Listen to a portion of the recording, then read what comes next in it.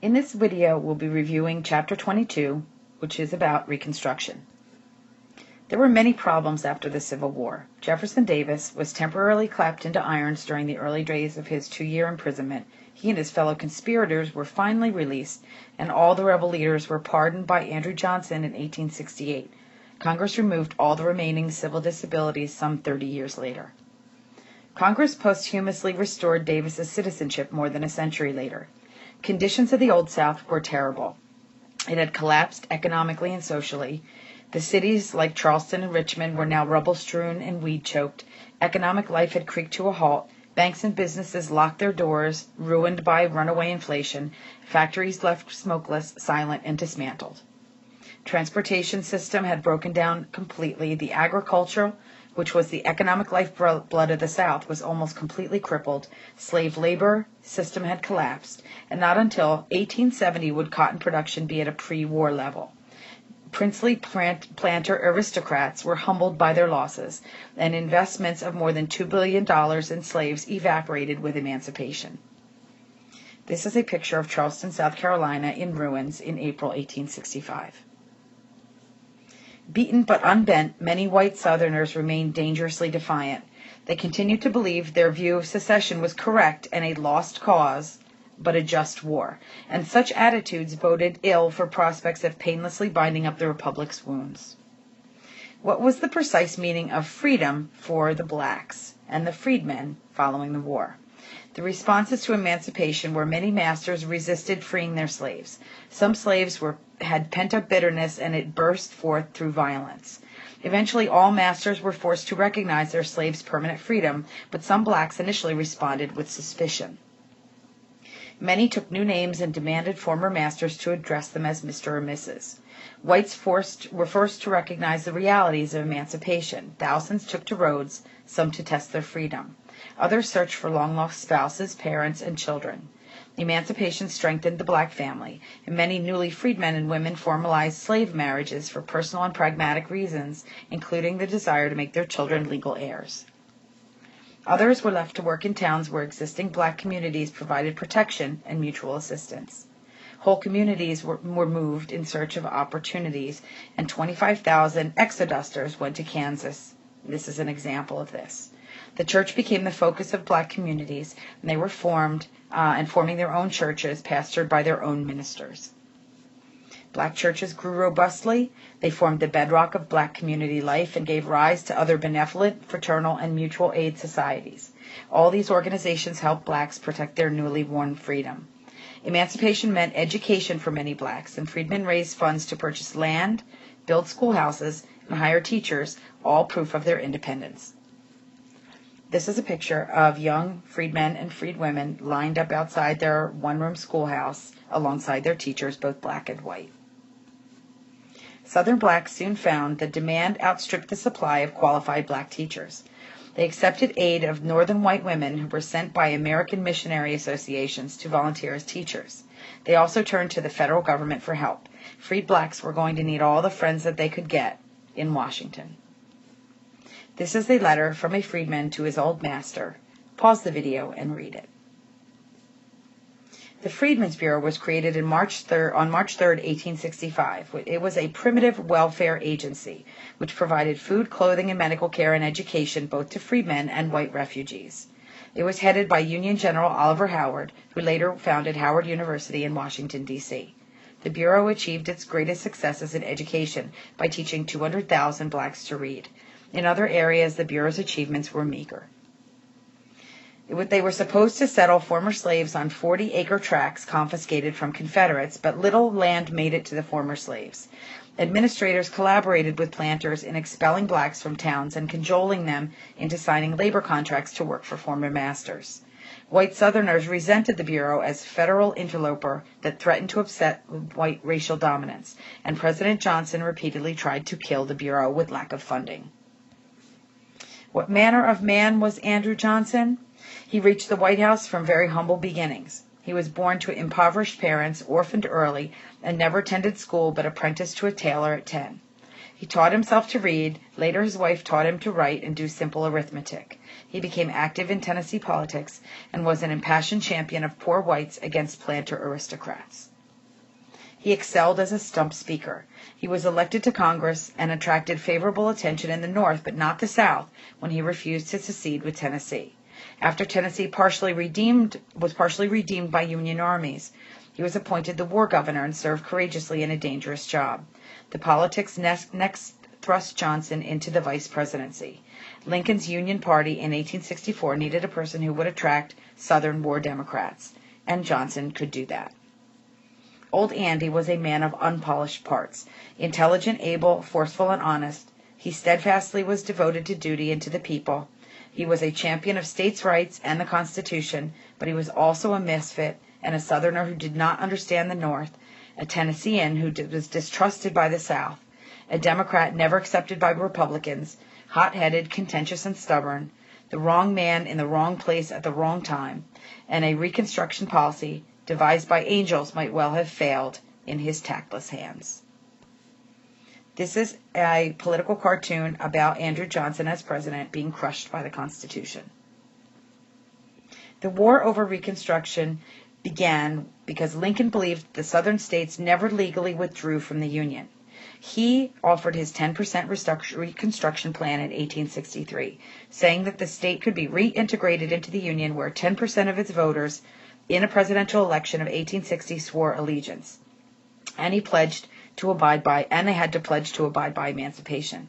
The next step would be formal erection of a state government, and Lincoln would then recognize the purified regime. Lincoln's plan provoked sharp reaction in Congress, where Republicans feared a restoration of the planter aristocracy and possible re-enslavement of the blacks. The Republican rammed through Congress in 1864 the Wade-Davis bill, which required 50% of the state's voters to take an oath of allegiance and demanded stronger safeguards for emancipation than Lincoln's price of readmission to the Union. Lincoln pocket vetoed this bill, but this was a reaction to his plan for Reconstruction. The controversy over the Wade-Davis revealed deep differences between the president and Congress. Congress insisted seceders left the Union and committed suicide as Republican states, and thus forfeited their rights, and they could only be readmitted as conquered provinces on such conditions as Congress could decree. The majority was a moderate group, though, and they agreed with Lincoln that the seceded states should be restored as simply and swiftly as reasonable, though on Congress's terms, not on the president's. The minority was a radical group called the Radical Reconstructions, who believed the South should atone more for its sins and wanted the social structure uprooted, planters punished, and newly emancipated blacks protected by federal powers. Andrew Johnson agreed with Lincoln. The seceded states never really left the Union and quickly recognized several of Lincoln's 10% governments. On May 29, 1865, he issued his Reconstruction Proclamation. It disenfranchised certain leading Confederates, including those with taxable property worth more than $20,000, though they might petition him for personal pardons. It called for special state conventions to repeal ordinances of secession, to repudiate all Confederate debts, and to ratify the slave-freeing 13th Amendment. States that complied would be swiftly readmitted into the Union. This is the principal Reconstruction proposals and plans by date. Johnson granted pardons in abundance, and he was bolstered by political resurrection of the planter elite. Recently rebellious states moved rapidly to organize governments in 1865. As the pattern of the new governments became clear, the Republicans of all stripes grew furious. Black codes were basically unrolled by the South during that time period, and they regulated activities of emancipated blacks.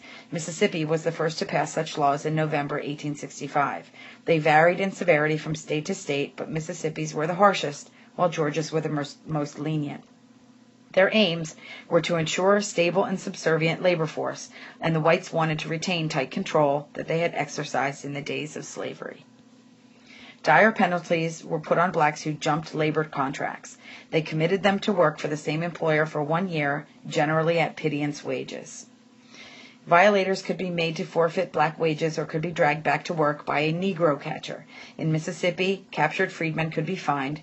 They hired out to pay fines, and then hired out to pay their fines, which was an arrangement which closely resembled slavery. They tried to restore the pre-emancipation system of race relations. All codes forbade a black to serve on a jury. Some even barred blacks from renting or leasing land. Blacks could also be punished for idleness by working on a chain gang. Nowhere were blacks allowed to vote. These oppressive laws mocked the idea of freedom, imposed burdens on former slaves struggling against the mistreatment and poverty in the South. The worst features of the black codes were eventually repealed. Revocation did not lift and liberate the blacks into economic independence. They were lacking capital, and many former slaves slipped into the status of sharecropper, as did many landless whites. Sharecroppers fell into a morass of virtual peonage. Many became slaves to the soil and to their creditors, and it dethroned the planter aristocracy, but they resented even this pitiful concession to freedom. The black codes made an ugly impression on the North. This is a picture of sharecroppers picking cotton, and this picture is actually taken very close to 1900. Congress met in December 1865. The new Southern delegations presented themselves. Many were former Confederate leaders, 4 former Confederate generals, 5 colonels, and various members of the Richmond Cabinet and Congress. Worst of all, Alexander Stephens, who was the ex-vice president in the Confederacy, still was under indictment for treason, but he was also there. These whitewashed rebels infuriated the Republicans in Congress. Also, during the war, the Republicans were able to pass legislation favorable to the North, such as the Morrill Tariff, the Pacific Railroad Act, and the Homestead Act. On the first day of the congressional session, December 4th, 1865, they shut the door on the newly elected Southerners. They realized the restored South would be stronger than ever in national politics, and with the full counting of blacks because of the end of the 3/5 clause for representation, rebel states were entitled to 12 more votes in Congress, 12 more electoral votes in presidential elections. Republicans had good reason to fear. The Southerners might join with Northern Democrats and gain control of Congress and maybe the White House. They could also then perpetuate the black codes and dismantle the economic programs of the Republican Party by lowering tariffs, rerouting the Transcontinental Railroad, repealing Free Farm Homestead Act, and even repudiating the national debt. Johnson was deeply disturbed by congressional Republicans when he announced on December 6, 1865, that the rebellious states had satisfied their conditions, and in his view, the Union had been restored. The clash exploded in February 1866, when the president vetoed the bill for extending the life of the Freedmen's Bureau, which was later repassed. Republicans passed the Civil Rights Bill, which conferred on blacks the privilege of American citizenship, struck back at the black codes, and was vetoed by Johnson. In April, congressmen steamrolled over his veto, something that was repeatedly done with Johnson. He is called an inflexible president in this political cartoon, showing him knocking blacks out of the Freedmen's Bureau by his veto. Lawmakers riveted the principles of the Civil Rights Bill into the 14th Amendment, which was approved by Congress and sent to the states in 1866, ratified by 1868. And it was a sweeping amendment, a major pillar of constitutional law. It conferred civil rights, including citizenship, but excluding franchise, on freedmen, and reduced proportionately the representation of a state in Congress and Electoral College if it denies the ballot. It also disqualified from federal and state office former Confederates who as federal office holders had once sworn to support the Constitution of the United States. It guaranteed the federal debt while repudiating Confederate debt. The radical faction was disappointed that the 14th Amendment did not grant the right to vote. All Republicans agreed that no state should be readmitted into the Union without first ratifying the 14th Amendment. Johnson advised the southern states to reject it, and all of them did that but Tennessee. The battle between Johnson and Congress continued. 10% governments passed black codes. In response, Congress extended the Freedmen's Bureau and passed the Civil Rights Bill. Johnson vetoes both measures. Would the South accept the principles enshrined in the 14th Amendment? Republicans would settle for nothing less. The crucial congressional elections of 1866 showed Johnson's famous swing around the circle in 1866, which was a comedy of errors. He delivered a series of give 'em hell speeches. As a vote-getter, he was highly successful for opposition. His inept speech-making heightened the cry, "Stand by Congress," against the Tailor of the Potomac. When the votes were counted, Republicans had more than a two-third majority in both houses of Congress. Republicans had veto-proof Congress and unlimited control of Reconstruction policy. The radical Republicans went to work. In the Senate, led by courtly and principled idealist Charles Sumner, they labored tirelessly for black freedom and racial equality. In the House, the most powerful radical Republican was Thaddeus Stevens. He had defended runaway slaves in court without fees, insisted on being buried in a black cemetery, was devoted to blacks and hated the rebellious white Southerners, and was a leading figure on the Joint Committee on Reconstruction. The radicals opposed rapid restoration of Southern states. They wanted to keep them out as long as possible and apply federal power to bring about drastic social and economic transformations before readmission. The moderate Republicans invoked principles of states' rights and self-government, but they recoiled from full implications of the radical program. They preferred policies that restrained the states from abridging citizens' rights, rather than policies that directly involved federal government in individual lives. This is a picture of Republicans campaigning in Louisiana, and Thaddeus Stevens and his view that Reconstruction must revolutionize the South in their habits and manners. The policies adopted by Congress showed the influence of both groups. By 1867, they both agreed on the necessity to enfranchise the blacks, even if it took federal troops to do so. By 1866, bloody race riots were happening in several Southern cities. The Reconstruction Act is passed by Congress on March 2, 1867, which divided the South into 5 military districts. Each was commanded by a Union general and policed by about 20,000 blue-clad soldiers. They temporarily disenfranchised tens of thousands of former Confederates. Congress laid stringent conditions for readmission, requiring them to ratify the 14th Amendment, giving former slaves rights as citizens. This is a map of military Reconstruction and the 5 districts and commanding generals. The bitterest pill was the stipulation that they guarantee in state constitutions full suffrage to former adult male slaves. It stopped short of giving freedmen land or education at federal expense. But the overriding purpose of the moderates was to create an electorate in the South that would vote their states back into the Union on acceptable terms, thus freeing the government from the direct responsibility for protection of black rights, and this approach proved woefully inadequate to the cause of justice for blacks.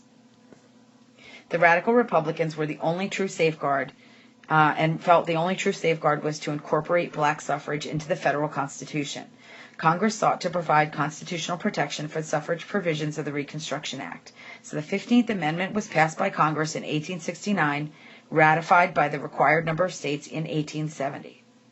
Military Reconstruction of the South usurped some presidential functions as the commander-in-chief and set up a martial law regime of dubious legality.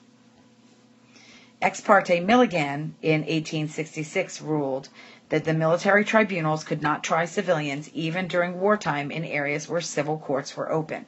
The peacetime military rule seemed contrary to the spirit of the Constitution, but circumstances were extraordinary.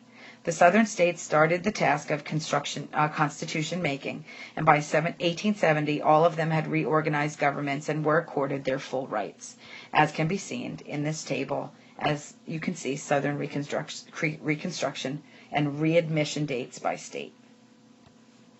When the federal troops left a state, its government swiftly passed back into the hands of the white redeemers or home rule regimes, inevitably democratic. And in 1877, the last federal muskets were removed from the state politics and solid democratic South. The struggle for black freedom and crusade for women's rights were one and the same to many women. Elizabeth Cady Stanton and Susan B. Anthony during the war had temporarily shelved their own demands and worked wholeheartedly for the cause of black emancipation, creating the Women's Loyal League, which gathered 400,000 signatures on petitions asking Congress to pass constitutional amendments that prohibited slavery. With the war over and the 13th Amendment passed, feminist leaders believed their time had come. They reeled with shock when the wording of the 14th Amendment, which defined equal citizenship, inserted the word male into the Constitution in referring to a citizen's right to vote. Both Stanton and Anthony campaigned against the 14th Amendment as a result, but despite pleas from Frederick Douglass, who supported women's suffrage, but believed this was his Negro's hour. When the 15th Amendment proposed to prohibit the denial of vote on the basis of race, color, or previous condition of servitude, Stanton and Anthony had wanted the word sex added to the list, but they lost this battle, and 50 years would pass before the Constitution granted women the right to vote. Congress haltingly and belatedly secured the franchise for the freedmen. Lincoln and Johnson had proposed to give the ballot gradually to blacks who qualified for it through education, property ownership, and military service. The moderates and many radicals at first hesitated to bestow suffrage on the freedmen. The 14th Amendment is the heart of the Republican program for Reconstruction. It fell short of guaranteeing the right to vote and envisioned for blacks and women citizenship without voting rights. The northern states withheld the ballot from their tiny black minorities, and Southerners argued Republicans were hypocritical in insisting blacks in the South should be allowed to vote. The Union League was an organization that allowed black men to seize the initiative to organize politically. Freedmen turned the League into a network of political clubs. Their mission included building black churches and schools, representing black grievances before local employers and government, and recruiting militias to protect black communities from white retaliation. This is a picture of freedmen voting in Richmond, Virginia, 1871. African American women's roles left them without the right to vote. They attended parades and rallies common in black communities and helped assemble mass meetings in new black churches, and showed up at constitutional conventions monitoring proceedings and participating in informal votes outside convention halls. African Americans' men's roles led to some being elected as delegates to state constitutional conventions, formed the backbone of black political communities, and at conventions they sat down with whites to hammer out new state constitutions that provided for universal male suffrage. Even though no governors or majorities in the state senates existed, black power increased exponentially. Former masters lashed out at the freedmen's white allies with terms scallywags and carpetbaggers. A scalawag was a Southerner, a former Unionist and Whig. Carpetbaggers were supposedly sleazy Northerners who packed all their goods into carpetbag suitcases at the war's end and had come to seek personal power and profit in the South. Most were Northern businessmen and former Union soldiers who wanted to play a role in modernizing the New South. Radical regimes and legislatures passed much desirable legislation and took steps towards establishing adequate public schools, streamlined tax systems, launched public works, and guaranteed property rights to women. Reforms were retained by all white Redeemer governments that later returned to power. Despite these achievements, corruption was rampant, especially in South Carolina and Louisiana. Conscienceless pocket patters used inexperienced blacks as pawns. The worst black and white legislatures purchased as legislative supplies such stationery as hams, perfumes, suspenders, bonnets, corsets, and champagne. Corruption by no means was confined to the South in the post-war years. Deeply embittered, some Southern whites resorted to savage measures against radical rule. They resented successful black legislators. Secret organizations mushroomed. The most notorious was the Invisible Empire of the South, called the Ku Klux Klan, which was founded in Tennessee in 1866. It used fright, tomfoolery, and terror against upstart blacks. Upstarts were flogged, mutilated, and murdered. The Klan became the refuge for bandits and cutthroats, and any scoundrel could don a sheet. This is a picture of Klansmen in costume during Reconstruction. The Force Acts in 1870 to 1871 were passed to use U.S. troops to stamp out the Lash Law. The white resistance undermined attempts to empower blacks politically. The white South flouted the 14th and 15th Amendments.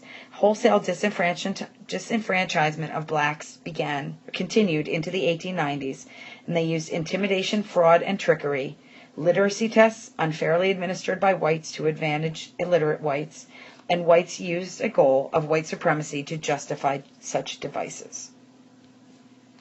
The impeachment drama of President Johnson was a very sought-after ticket in Washington. Radicals attempted to remove Johnson from office, and their initial step was the Tenure of Office Act, which was passed over Johnson's veto and required the president to get consent of the Senate before he could oust any appointee once they had been approved in his cabinet. One goal was to freeze into cabinet Secretary of War Edwin Stanton, who was a holdover from Lincoln's administration, who secretly served as an informer for the radical Republicans. Johnson abruptly dismissed Stanton, testing the act in early 1868. The House voted 126 to 47 to impeach Johnson for high crimes and misdemeanors as required by the Constitution, and charged him with violations of the Tenure of Office Act, and 2 additional articles were related to Johnson's verbal assaults on Congress involving disgrace, ridicule, hatred, contempt, and reproach. Johnson's trial before the Senate was conducted by the House. Johnson kept his dignity and maintained a discreet silence. His attorneys argued the president was testing the constitutionality of the Tenure of Office Act by firing Stanton. The House prosecutors had a hard time building a compelling case for impeachment, and May 16, 1868, by a margin of 1 vote, the radicals failed to muster 2/3 majority to remove Johnson. 7 moderate Republican senators voted not guilty. Several factors shaped this outcome. Fears of creating a destabilizing precedent, principled opposition to abusing constitutional mechanisms for checks and balances, and political considerations, such as the successor would have been a radical Republican, Benjamin Wade, president pro tempore of Senate. And Wade was disliked by the business community for his high tariff, soft money, and pro-labor views. He was distrusted by moderate Republicans. Die-hard radicals were infuriated by the failure to remove Johnson. The nation avoided a dangerous precedent that would have gravely weakened one of the 3 branches of federal government. Johnson's administration purchased Alaska after this time period. Though enfeebled at home, it achieved this enduring success in foreign relations. The Russians wanted to sell Alaska. In case of war with Britain, Russia would have lost it to the sea-dominant British. So Alaska had been ruthlessly furred out and was a growing economic liability for them. They were eager to unload the frozen asset, and they preferred the purchase by the United States because they wanted to strengthen the USA as a barrier against Britain. In 1867, Secretary of State William Seward, an ardent expansionist, signed the treaty with Russia, transferring Alaska to the United States for a bargain price of $7.2 million, and Seward's enthusiasm was not shared by his uninformed countrymen who called it Seward's Folly, Seward's Icebox, Frigidia, or Wall Russian. This is a picture of Alaska compared to the size of the lower 48 states. Why did the United States purchase Alaska? Russia alone was among the major powers that had been friendly to the North during the recent Civil War. America did not want to offend their friend or the Tsar. The territory had furs, fish, gold, and other natural resources, so Congress accepted Seward's polar bear garden. White Southerners regarded Reconstruction as a more grievous wound than the war itself. It left scars that took generations to heal. They resented the upending of the social and racial system. They resented the political empowerment of blacks and the insult of federal intervention into their affairs. It was a wonder, given all the bitterness from the war, that Reconstruction was not harsher than it was. No one knew at the war's end what the federal policy toward the South should be. Republicans acted from a mixture of idealism and political expediency. They wanted to protect the freed slaves, promote the fortunes of the Republican Party, and in the end, both efforts backfired badly. Reconstruction conferred only fleeting benefits on the blacks and destroyed the Republican Party in the South for nearly 100 years. The moderate Republicans never fully appreciated the extensive effort needed to make freed slaves completely independent citizens, and the lengths to which the Southern whites would go to preserve the system of racial dominance. Despite good intentions by Republicans, the Old South was more resurrected than reconstructed, and it spelled continuing woe for generations of Southern blacks. This is a political cartoon that you'll be doing your short answer question on at the end of this chapter. And this is the chronology for the chapter.